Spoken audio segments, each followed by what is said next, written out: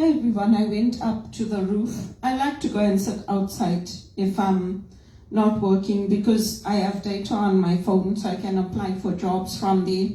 I take a book and a cup of coffee in my urn and I sit there. But today there were too many crows coming in. I tried to chase it away, but they were coming, there were lots of them coming in, so it started raining. I decided to come in. I guess when you have food out, the animals know and they automatically come. The funny thing is the Swifties don't come anywhere near people. The sparrows do, they'll come like right up to you, and the bunnies, but I hate the crows. I don't like them. So anyway, I sat there and I finished reading the Catholic newspaper, this Catholic Register, and I read a little bit more of my Marian Helpers magazine and applied for some jobs. So it's nice when you have that space because I can also go to the park, but sometimes I don't want to go outside the building. And I wanted to go swimming, but since it's starting to rain, I decided not to do that, maybe later. So that's what I did today.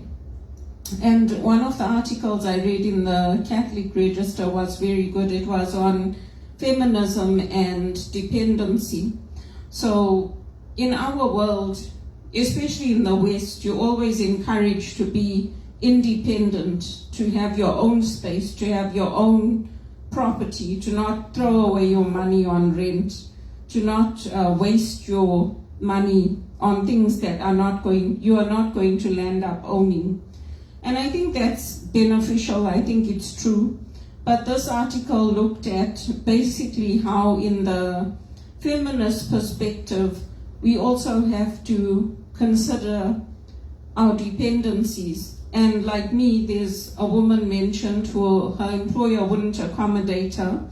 So she had to get a doctor's note to say that she could only work 7 to 8 hours with a day shift so that she could sleep at night. Because one of the things that working overnight does is it gives you mental health problems.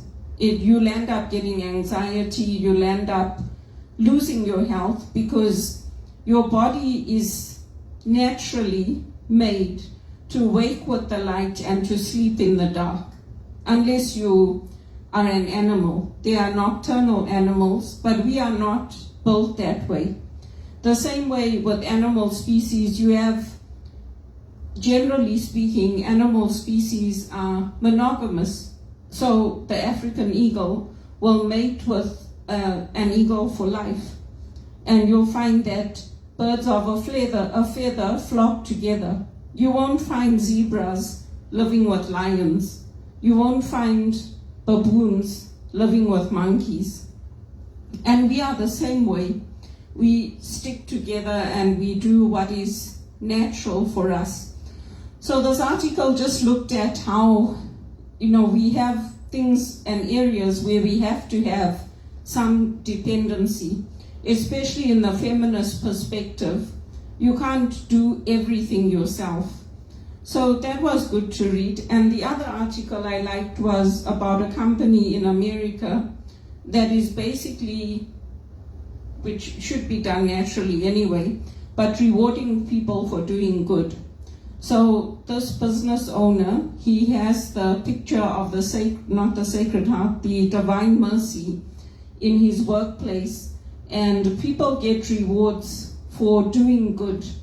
And it's the complete opposite to our sales-driven culture, KPIs, meeting your targets. The more money you make, the better it is. It's how you make that money that matters, and how you treat people, and he puts the employee first.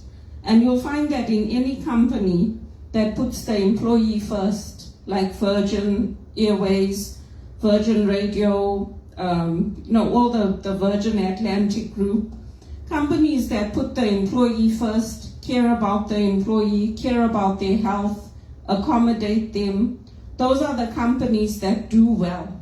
But he's made it specifically about Christianity and how he embodies that in the workplace. In our secular workplaces, we never needed to do that. in the past, but now because other religions, other secular ways are coming up, there's a competition. So you can't accommodate everybody. And when you talk about being good, people will say, well, that's your perspective. That's not good for me. So that's why he's created a specifically Christian company. And even with my grandparents, our business did embody Christian values. We had a picture of Jesus in our shop.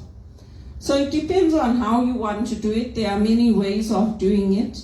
But, companies that mistreat employees, don't pay them on time, withhold their wages, tell you, oh, well, you'll get it next week. It's not our problem if you've got rent to pay. It's not our problem your EI ran out. We can't keep you on the books until you get something or until we find something for you.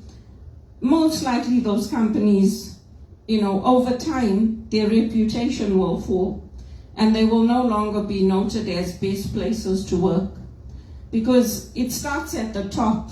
The culture that you drive starts at the top.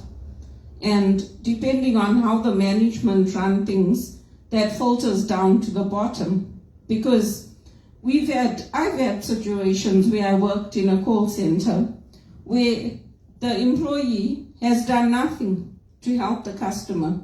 They haven't resolved the problem, they haven't helped the customer, they haven't done anything. But because of the way they talk and because of how quick they were on the call, they got the KPI and they got their bonuses. So it's important for employers to think about what are they rewarding and who are they rewarding and why are they rewarding them. Because your KPIs are meaningless if that's what people are being rewarded for. And that's what was happening when they took our jobs to Jamaica, to the Caribbean, to different places. They met all the KPIs. They far exceeded what the clients wanted. They didn't actually resolve anything. And the supervisors used to make us sit and listen to the call with them and ask us, did they resolve anything? Say no. They say, well, why do you think they're getting paid higher than us? Because they met the KPI. So that's the reality. And for us as Christians, we always countercultural. No matter what we do, we always countercultural. That's why they kidnap our priests. That's why they persecute us. That's why they hurt us, because we're doing good. And even there was a professor that went to talk at Wits. And I asked a question from Canada, and he laughed. He said, oh, these do-gooders. Because I said to him, what do you want me to do from here to help? And then they told him, they said, you shouldn't have done that. She's our representative in Toronto. So, you see, sometimes you don't know who you're talking to when someone asks a question. But that's the way it goes. So, bringing back things that worked in the 1800s that are now working in India, do we really want to go back to that route? Do we want to go back to living in huts? I don't. So I think it's important to also realize where we are and what the problems are today and to work together. Because my thing was, what? If that's going to be your response, then why should I even ask, what do you want me to do from here? So thankfully they told him that, she's our representative, don't do that again. And I respect he's a professor and he's coming with his own viewpoint from India, but I'm coming with my own viewpoint from Canada. So I just wanted to share that with you. And, we all trying to work together to accomplish goals, to change things, to get things done. And Canada's not in good shape right now because whatever problems we had or we have, Mark Carney's the one that brought them in. He was the one that was advising Justin Trudeau. He was the one that brought in all the problems in England. And all the British newspapers said Canadians should not vote in Mark Carney. But the populist vote, he won. So that's where we are, and we're trying to move forward.